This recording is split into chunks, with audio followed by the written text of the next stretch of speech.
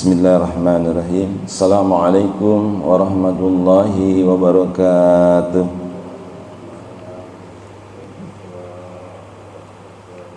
Innal hamdalillah nahmaduhu wa nasta'inuhu wa nastaghfiruh wa na'udzu billahi min shururi anfusina wa sayyiati a'malina.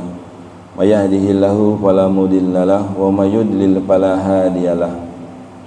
Asyhadu an la ilaha illallah wahdahu la syarika lah wa asyhadu anna Muhammadan abduhu wa rasuluh la nabiyya ba'dah.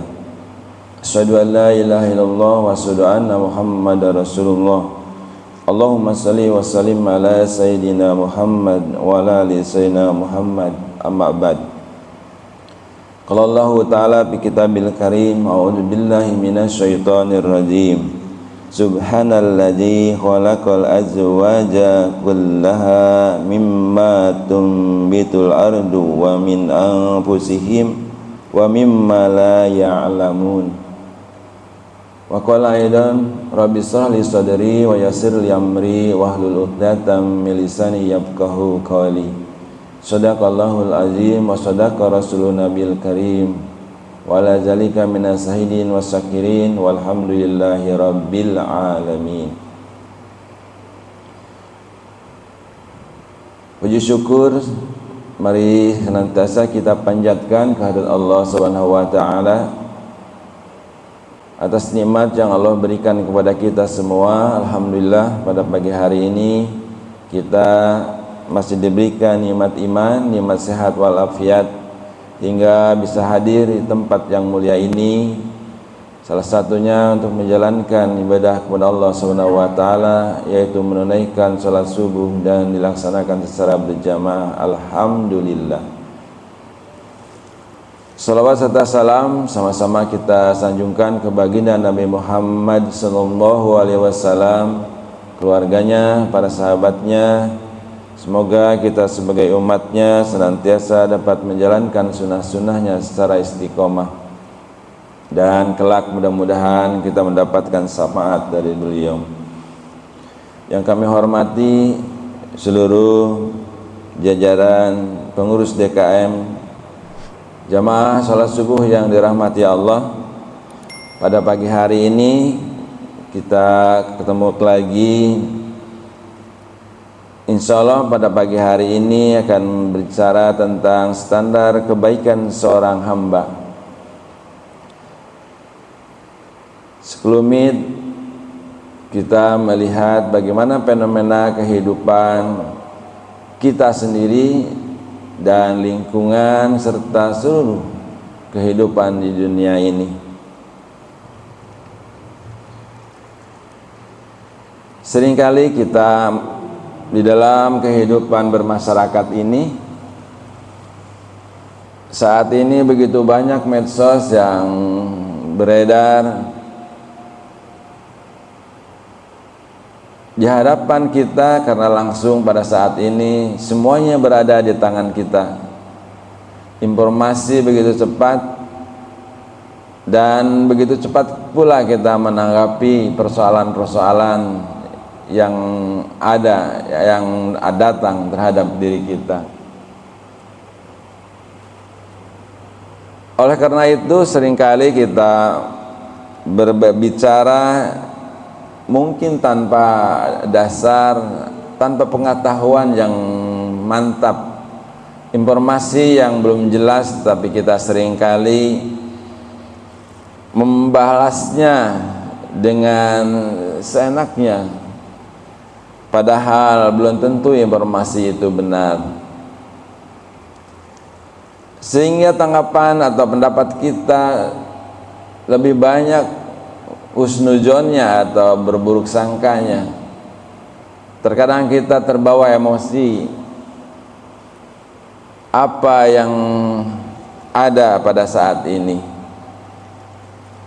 Jamaah yang dirahmati Allah, sesungguhnya Allah menciptakan manusia atau kehidupan itu memang berpasang-pasangan.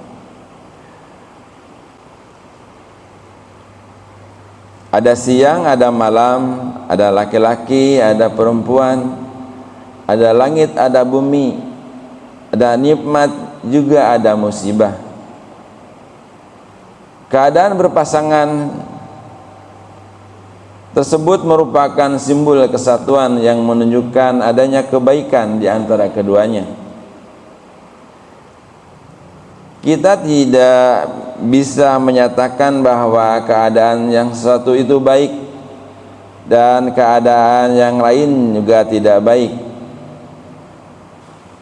Semua keadaan di dalamnya, karena semuanya diciptakan oleh Yang Maha Kuasa, oleh Yang Maha Baik, yaitu Allah Subhanahu wa Ta'ala. Sebagaimana saya sampaikan di dalam mukadimah tadi, surat Yasin ayat 36, saya bacakan kembali. A'udzubillahi minasyaitonir rajim. Bismillahirrahmanirrahim. Subhanalladzi khalaqal azwaja kullaha mimma tumbitul ardu wa min anfusihim wa mimma la ya'lamun.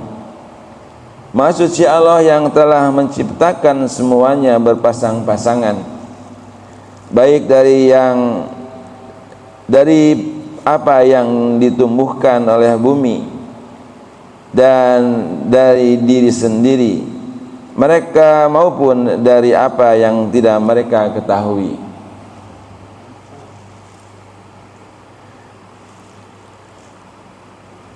Di dalam ayat ini diterangkan bukti lain tentang kekuasaan Allah, yaitu Dialah yang menciptakan makhluknya secara berpasang-pasangan, baik pasangan jenis, yaitu laki-laki dan perempuan, maupun berpasangan sifat seperti besar, kecil, kuat atau lemah, tinggi atau rendah, kaya atau miskin, dan lain sebagainya. Bahkan berpasangan itu juga terjadi pada misalnya arus listrik, ada negatif, ada positif, yang bisa menimbulkan cahaya, tenaga listrik, dan cahaya yang dihasilkan sangat vital di dalam kehidupan manusia sekarang ini. Itu semua adalah hal yang berhasil diketahui manusia sampai saat sekarang ini. Akan tetapi pasangan yang belum dapat dijangkau oleh pengetahuan dan penemuan manusia sampai masa kini masih banyak lagi. Boleh jadi kemajuan ilmu pengetahuan dan teknologi manusia masa mendatang akan menyingkap berbagai penemuan, rahasia-rahasia yang masih tersimpan perpasangan dalam bidang-bidang lain yang belum kita ketahui. Jamaah yang dirahmati Allah, pada ayat ini juga diterangkan tanda-tanda kekuasaan dan kebesaran Allah Subhanahu wa Ta'ala yang terdapat dalam pasangan-pasangan yang telah diciptakannya itu. Misalnya benda-benda yang ditumbuhkannya di bumi yang telah diketahui manusia seperti tumbuh-tumbuhan dan sebagainya, atau pada diri kita sendiri seperti adanya jenis laki-laki dan jenis perempuan. Dari hubungannya maka lahirlah keturunan mereka.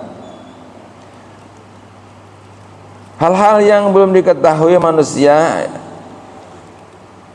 ilmu Allah amat luas dan tidak terhingga, sedangkan yang diketahui manusia hanyalah sebagian kecil saja. Mengenai pasangan juga terdapat hal-hal yang belum terungkap oleh manusia itu sendiri.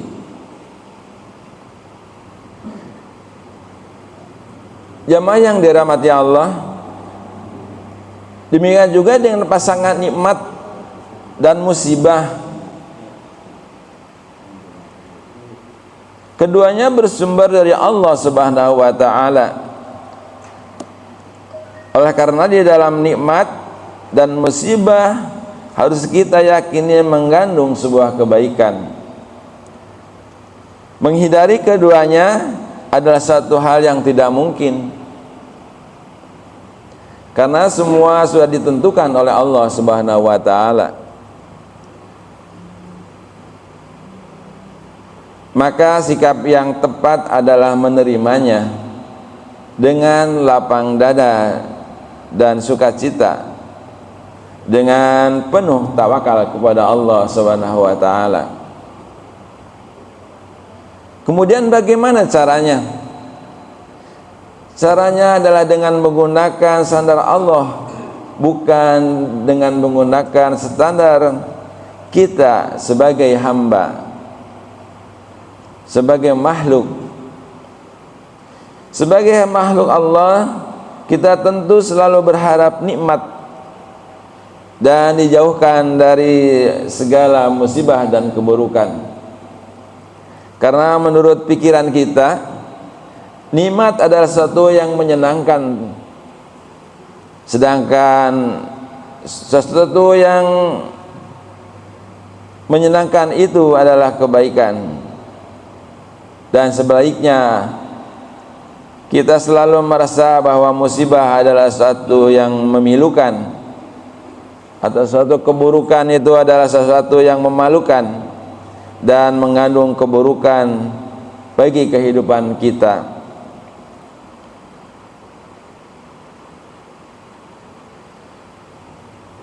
Itulah yang sering muncul dan tentunya kita merasakan bahwa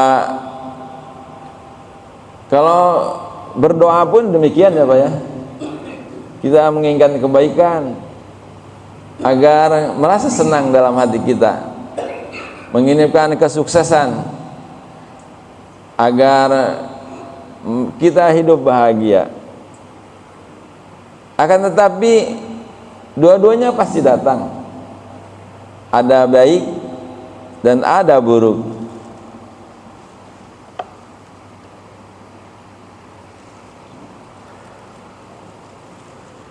Oleh karena itu, jamaah yang dirahmati Allah, kita perlu merenungi salah satu dari firman Allah Subhanahu wa taala dalam surat Al-Baqarah ayat 216. A'udzu billahi minasyaitonir rajim.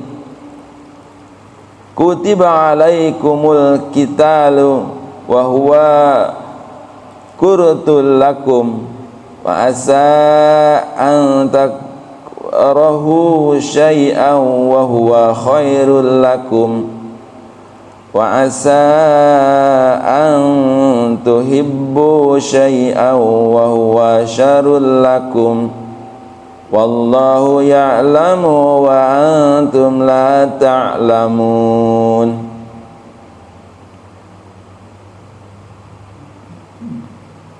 Diwajibkan atas kamu berperang, padahal itu tidak menyenangkan bagimu, tetapi boleh jadi kamu tidak menyenangi sesuatu, padahal itu baik bagimu. Dan boleh jadi kamu menyukai sesuatu, padahal itu tidak baik bagimu. Allah mengetahui sedangkan kamu tidak mengetahui. Di dalam ayat ini kita diperingatkan atau diingatkan bahwa apabila kita berdoa kepada Allah Subhanahu wa taala meminta sesuatu, kita berharap akan mendapatkan sesuatu, dan kita berpikir bahwa sesuatu itu adalah kebaikan. Akan tetapi Allah menggantinya bukan itu yang kita dapatkan. Hati kita barangkali bisa jadi menggerutu, kenapa ya Allah aku minta kok nggak dikasih-kasih. Justru yang datang adalah keburukan. Misalkan kita sakit, ya Pak Ulik, ya. Wah gimana nih, gitu, malah sakit. Kata Allah tadi dijelaskan bahwa apa yang kamu minta itu belum tentu baik bagimu, maka Allah ganti dengan yang lain. Tapi Allah ganti juga justru dengan keburukan. Misalkan sakit, maka sakit itu adalah baik bagimu. Secara tegas Allah mengingatkan kepada kita semua bahwa tidak semua yang disenangi itu baik bagi kita, dan juga tidak semua yang kita benci itu buruk bagi kita.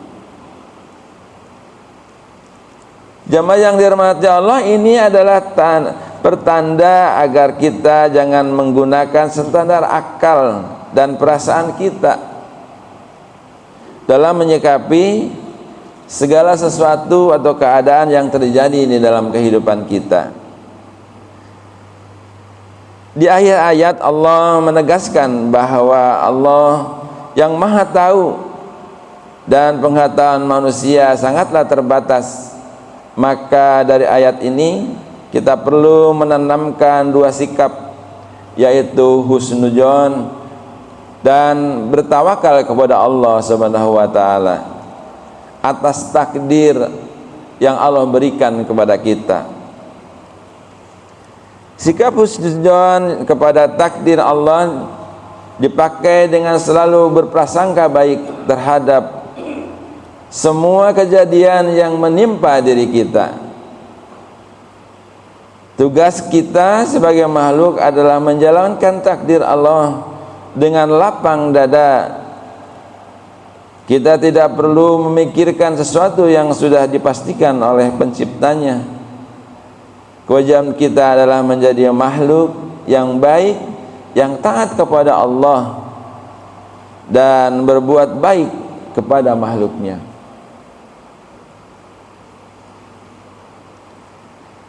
Itulah pada saat ini kita seringkali mendapatkan informasi-informasi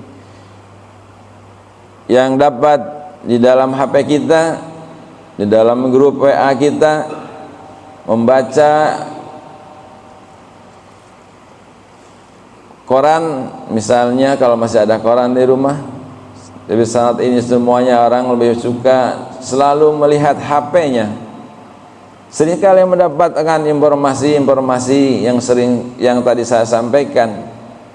Hati kita justru menjadikan berburuk sangka kepada hasil informasi yang dapat kita baca tersebut.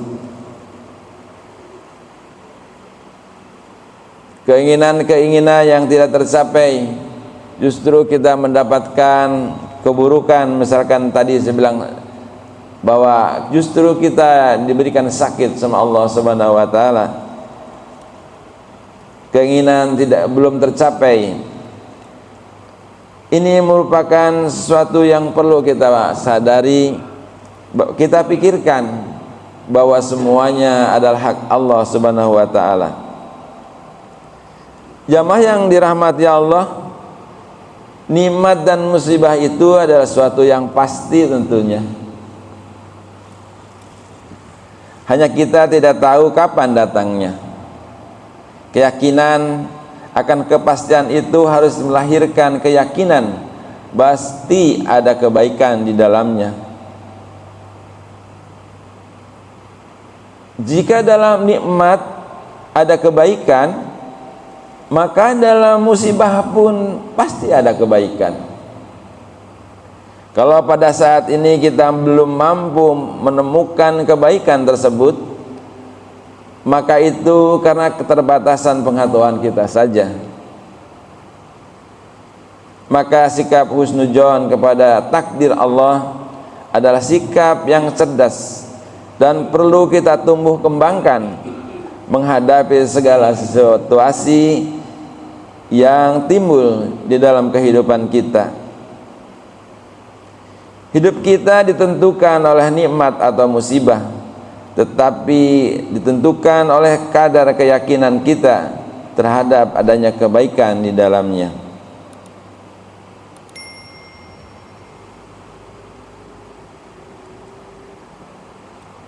Jamaah yang dirahmati Allah, kita dituntut untuk bisa bersabar di dalam menghadapi situasi apapun dalam kehidupan kita ini. Di samping juga kita diperlukan sikap tenang untuk dapat merenungkan apa sesungguhnya yang Allah berikan kepada kita ini. Apakah musibah itu menjadikan pelajaran bagi kita untuk kembali ke jalan yang selama ini mungkin jalan kita salah. Akan tetapi juga kebaikan, jangan terlalu atau terburu-buru bergembira. Apakah kebaikan itu membawa maslahat dalam kehidupan kita, tapi apakah menjadi justru mengajak kita menjadi orang yang lupa kepada Allah Subhanahu wa taala. Di dalam sebuah hadis qudsi yang diriwayatkan dari Abu Hurairah radhiyallahu anhu, Nabi Muhammad sallallahu alaihi wasallam bersabda, sesungguhnya Allah berfirman, aku menurut prasangka hambaku, aku bersamanya saat ia mengingatku.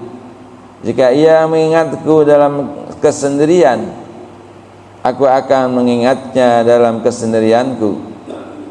Jika ia mengingatku dalam keramaian, aku akan mengingatnya dalam keramaian yang lebih baik daripada keramaiannya. Jika ia mendekat kepadaku sejengkal, aku akan mendekat kepadanya sehasta.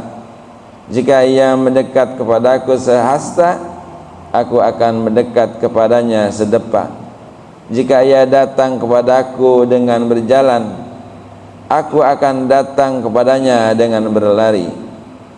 Hadis riwayat Bukhari dan Muslim.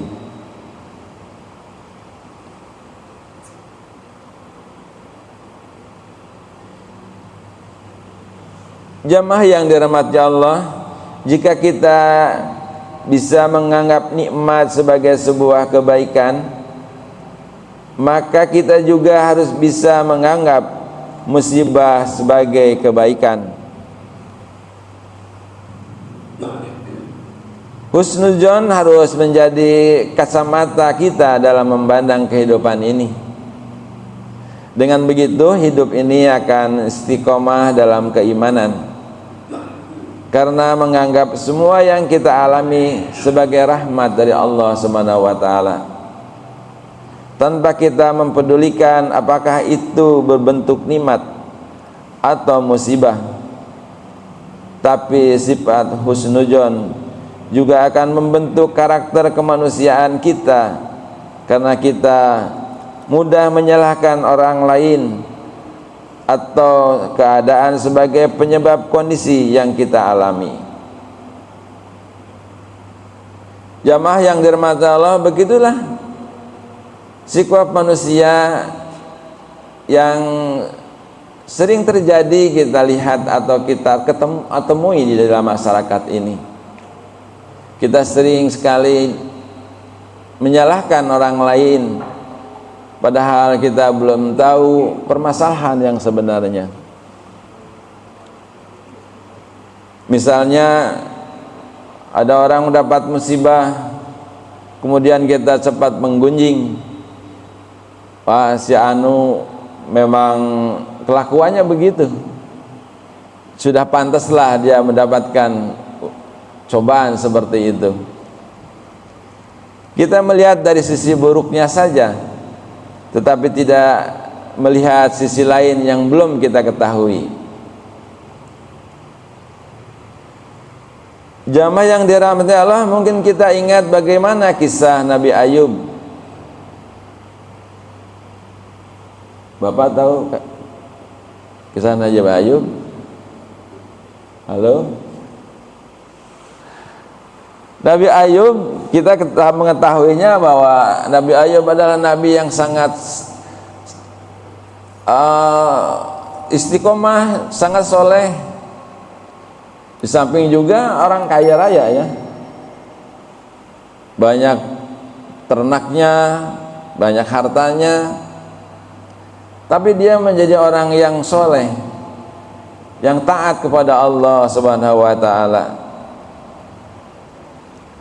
Tapi dalam ketaatannya ternyata ada yang iri. Bagaimana supaya Nabi Ayub ini tidak menjadi soleh, tetapi menjadi orang yang kufur, seperti juga Qarun, sudah kaya lupa diri. Maka setan itu mulai mencari jalan keluar agar Nabi Ayub menjadi orang yang kufur atau yang lupa kepada Allah Subhanahu wa ta'ala. Mula-mula ternaknya dihabisi, tetapi Nabi Ayub masih tetap beriman kepada Allah Subhanahu wa ta'ala.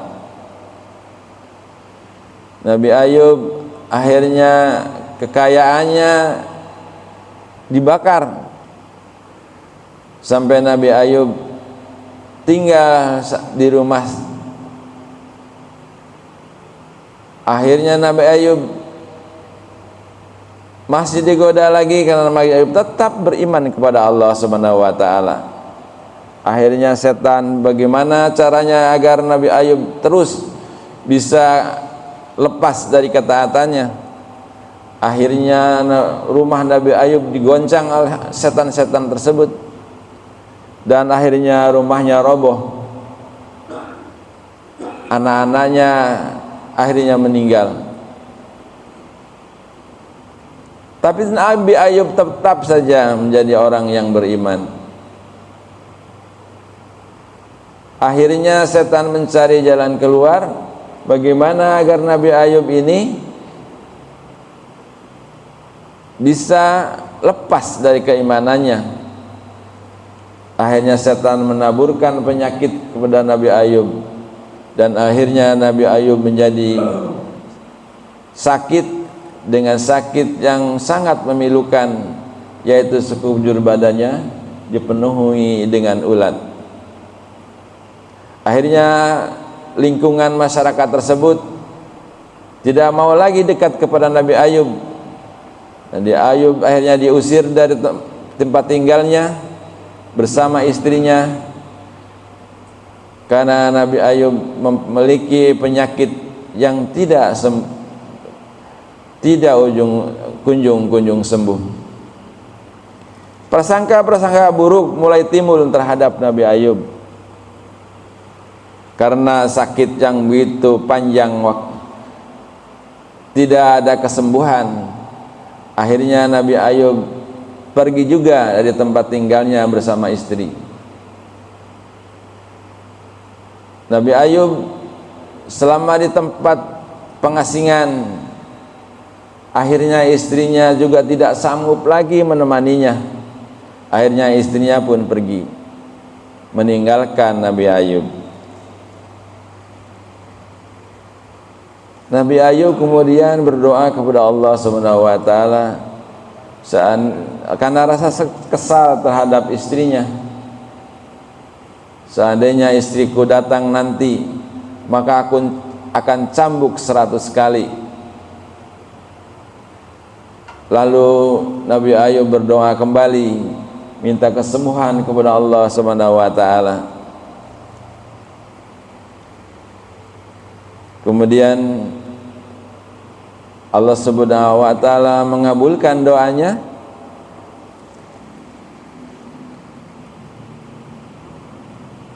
Dengan izinnya Allah sampaikan bahwa injakkan atau hentakkan kakimu ke tanah, maka muncullah, keluarlah air, memancarlah air, maka silahkan mandi dengan air tersebut. Akhirnya Nabi Ayub kembali sehat,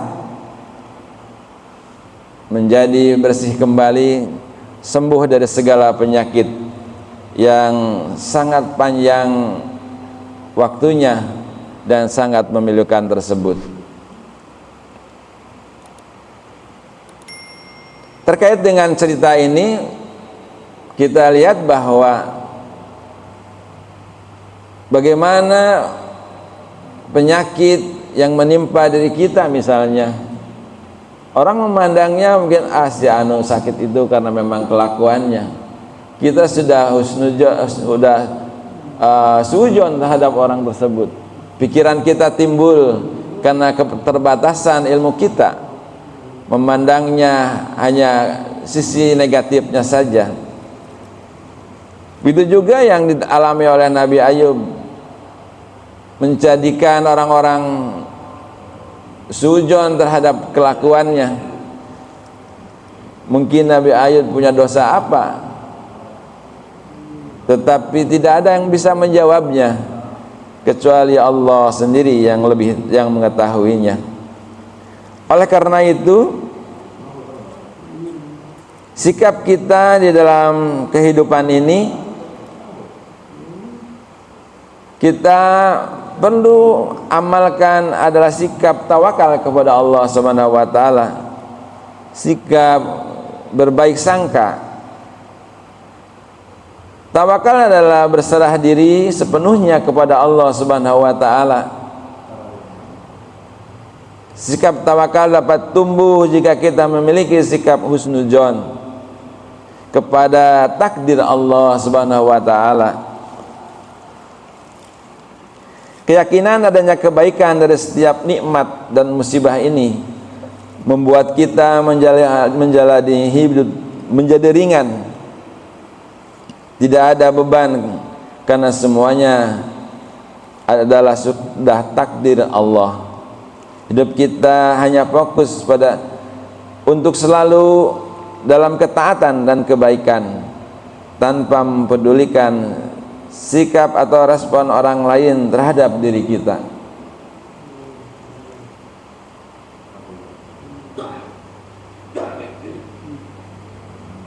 Allah Subhanahu wa taala berfirman dalam surat At-Talaq ayat 3. A'udzubillahi minasyaitonir rajim. Bismillahirrahmanirrahim. Wa may yatawakkal 'alallahi fahuwa hasbuh. Innallaha balighul amri. Qad ja'ala Allahu kulla syai'in qaddara. Dan barang siapa yang bertawakal kepada Allah, niscaya Allah akan mencukupkan keperluannya. Sesungguhnya Allah melaksanakan urusan yang dikehendakinya. Sesungguhnya Allah telah mengadakan ketentuan bagi setiap sesuatu.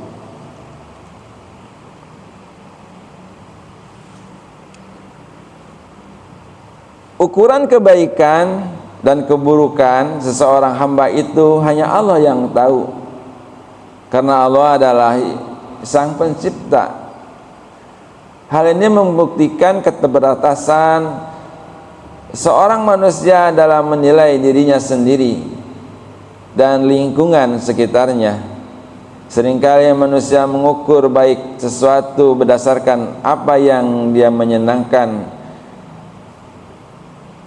dan demikian juga sebaliknya, manusia menganggap buruknya sesuatu karena tidak menyenangkan hatinya.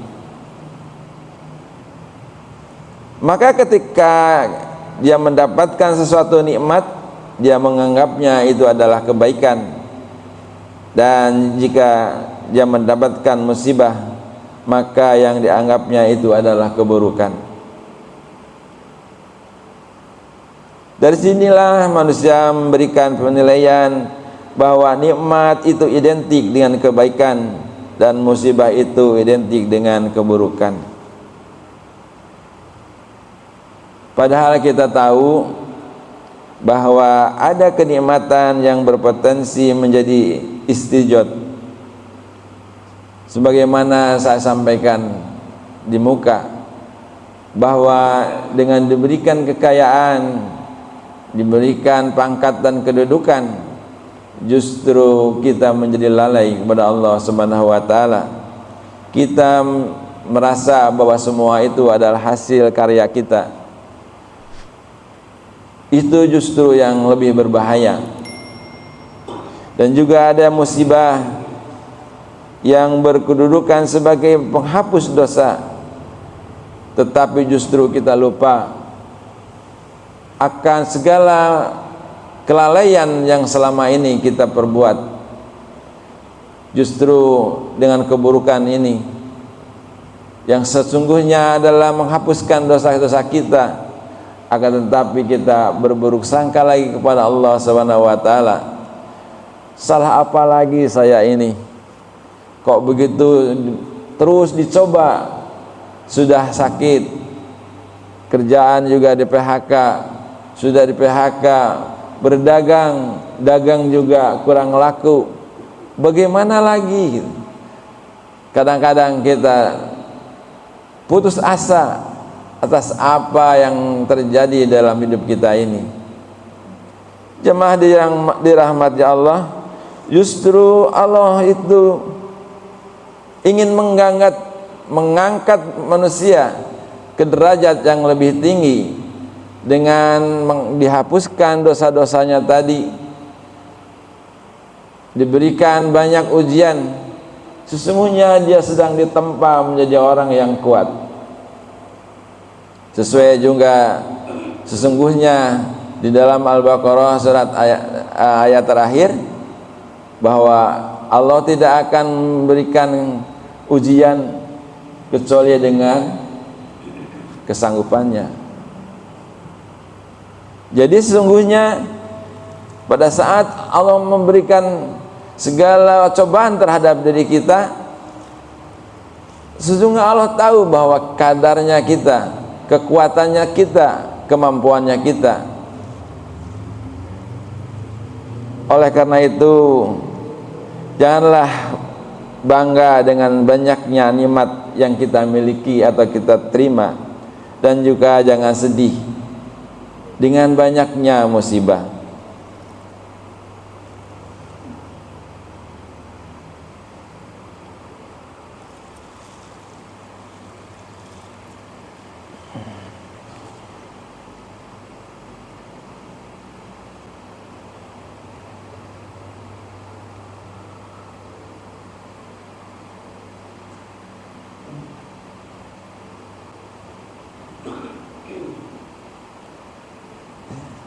Mana?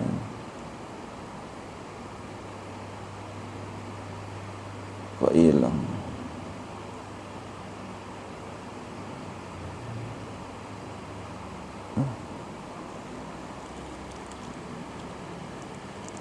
Sebentar, Mbak.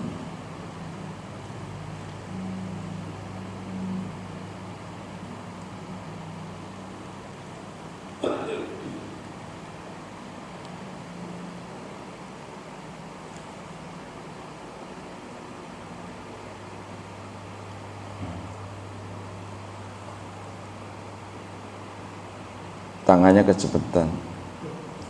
Boplek.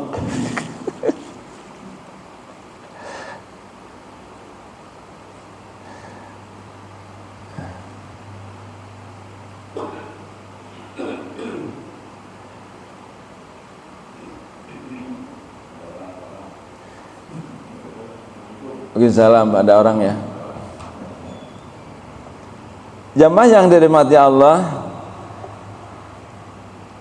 mari kita sama-sama mawas diri agar kehidupan kita tidak terjebak oleh sikap-sikap yang suudzon terhadap apa yang kita lihat dan terhadap apa yang terjadi di dalam diri kita, khususnya tentang keburukan. karena boleh jadi keburukan justru mengajak kita untuk lebih dekat kepada Allah Subhanahu wa taala. Sering kita barangkali Pak Juli juga sering berdoa tuh kalau habis salat suruh, ya kan? Terus yang minta ya. Tapi kok nggak nyampe-nyampe misalnya gitu kan. Kenapa ini kan gitu kan. Padahal Allah sedang mengajak, aku suka melihat Pak Juli ini gitu. Terus dekat kepadaku. Maka kalau orang sudah dekat kepada Allah, sesungguhnya yakin bahwa Allah sayang kepadanya dan Dia akan menjaga dari segala keburukan. Dia akan mengabulkan segala doanya. Dia akan menyelamatkan dari segala mara bahaya. Justru yang diminta oleh Allah Subhanahu wa taala adalah keyakinan bahwa ketika kita menghadapkan diri kita kepada Allah Subhanahu wa taala, maka yakin Allah itu mendengarnya doa kita, melihat kita, dan pasti mengabulkan apa yang kita minta. Sesuai juga ini sifat ihsan sesungguhnya ya. Ihsan itu bahwa walaupun kita tidak melihatnya, maka Allah melihat kita. Sifat inilah justru sebenarnya menjadikan tingkatan yang sempurna, yang yakin terhadap Allah itu ada. Maka sesuai juga dengan apa yang diinginkan Allah Subhanahu wa taala, bahwa kita ini hanyalah sebagai hambanya yang harus ikut terhadap segala sesuatu yang ditetapkan olehnya. Maka hidup ini sesungguhnya hanya ibadah kepada Allah Subhanahu wa taala. Tidak ada yang dapat kita kerjakan kecuali karena izinnya. Surat Ar-Ra'd kalau nggak salah ya, bahwa tidak ada satu daun atau satu helai daun kering pun di kegelapan malam yang jatuh kecuali Allah mengetahuinya. Maka begitu juga kehidupan kita, tidak ada yang terlepas dari pengawasannya. Maka catatan-catatan itu akan dibuka ketika kita nanti menghadapnya. Kalau kita sudah yakin terhadap itu, maka insya Allah kita akan selalu husnudzon kepada Allah Subhanahu wa taala. Itulah sesungguhnya yang diharapkan pada saat ini, pada masyarakat ini, bahwa jangan terlalu terburu-buru menyikapi persoalan yang terjadi, yang langsung diterima oleh mata atau penglihatan kita. Kita bisa membacanya dan mendengarnya dengan pendengaran kita. Kita jangan langsung membalasnya. Oleh karena itu saya mengajak, mari kita berhusnudzon kepada Allah Subhanahu wa taala dengan menampilkan sikap-sikap yang baik, sikap-sikap yang positif. Misalnya kita ditanya, Pak Yurman ditanya gitu Pak ya, Pak tahu nggak itu tadi ada kebakaran di estate gitu. Pak Yurman langsung bilangnya apa? Gak tahu. Jadi sikap itu diganti dengan sikap, oh ya sebentar, saya cari tahu dulu, kan gitu Pak. Jadi sikapnya positif gitu, tidak menolak gitu. Kita langsung mengcounter dengan sesuatu yang tidak pasti, bahwa kita memang tidak tahu itu saja gitu. Tapi dikembangkanlah sikap-sikap yang positif gitu. Jadi kalau ditanya sesuatu yang kita belum mengetahuinya, kita bilang, wah saya nggak bisa, saya nggak tahu. Tapi justru kita tampilkan jawaban-jawaban yang positif. Misalkan, sebentar kita akan cek dulu, sebentar ya kita buka, kalau hadis ya hadis gitu ya, kalau Al-Quran ya Al-Quran, mari kita sama-sama membacanya gitu. Atau sebentar saya coba melihat bagaimana hadisnya gitu ya. Jadi semuanya adalah berdasar kepada hal-hal yang positif. Dengan begitu, dengan kita terbiasa memiliki sikap yang positif itu, diharapkan kita akan tumbuh dalam diri kita ini sesuatu hal yang baik, selalu husnudzon kepada Allah Subhanahu wa taala. Mungkin itu saja yang dapat kami sampaikan pada pagi hari ini. Mudah-mudahan bermanfaat bagi kita semuanya. Mungkin ada waktu, kami persilahkan kalau ada ingin yang melengkapi, Pak Haji Dirman, Pak Yuli, Pak.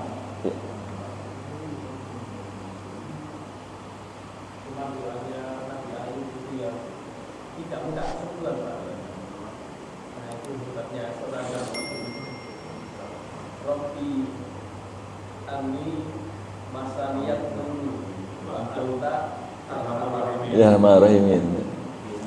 Sesungguhnya aku ini kena mudor dan sesungguhnya engkau maha mengasihkan. Itu nggak ada minta sembuh gitu kan? Nah, ya hebatnya itu ya. Seorang yang saleh itu seperti ini. Nggak apa-apa gitu kan. Jadi kalau sakit nggak apa-apa kalau Allah memang suka gitu kan gitu. Terus aja panjang. Padahal itu kan orang selain udah mengguncinya, wah pasti itu kena azab gitu. Coba. Justru masyarakat dipancing sama Allah Subhanahu wa taala menjadikan suudzon kan gitu kan. Sampai diusirnya itu. Luar biasa. Nah, dari kisah Nabi Ayub saja kita sesungguhnya kalau kita mau ambil tarik kesimpulan ya, bahwa dia tetap, apakah kita bisa gitu ya dalam kondisi yang seperti itu gitu. Gimana Pak Jirbat?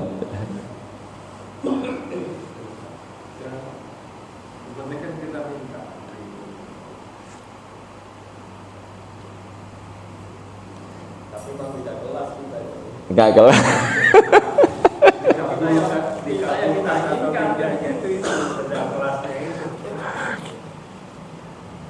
Tapi kan nah itu gimana Tad? Supaya bisa naik kelas Tad?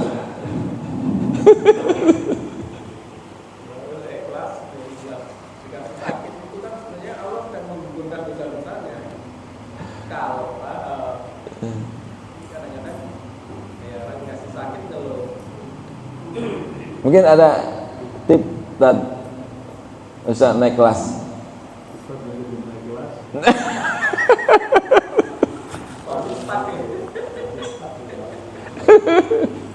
Ini terlalu jauh ini ceritanya ya. Ya itu kan sikap rendah diri, sebenarnya gitu. Jadi bilangnya asal aja nggak naik kelas kan gitu. Itu sikap rendah diri. Bahwa kita aja mau berharap kan gitu banyak dari beliau gitu. Tapi beliau menyampaikannya itu gitu. Ya udah itu ya. Suruk ya. Baiklah, itu saja yang dapat kami sampaikan pada pagi hari ini. Semoga bermanfaat bagi kita semua. Kita tutup dengan doa kafarat majelis. Subhanakallahumma wa bihamdika asyhadu an la ilaha illa anta astaghfiruka wa atubu ilaik. Lebih kurangnya kami mohon maaf. Billahi taufiq wal hidayah. Wassalamualaikum warahmatullahi wabarakatuh.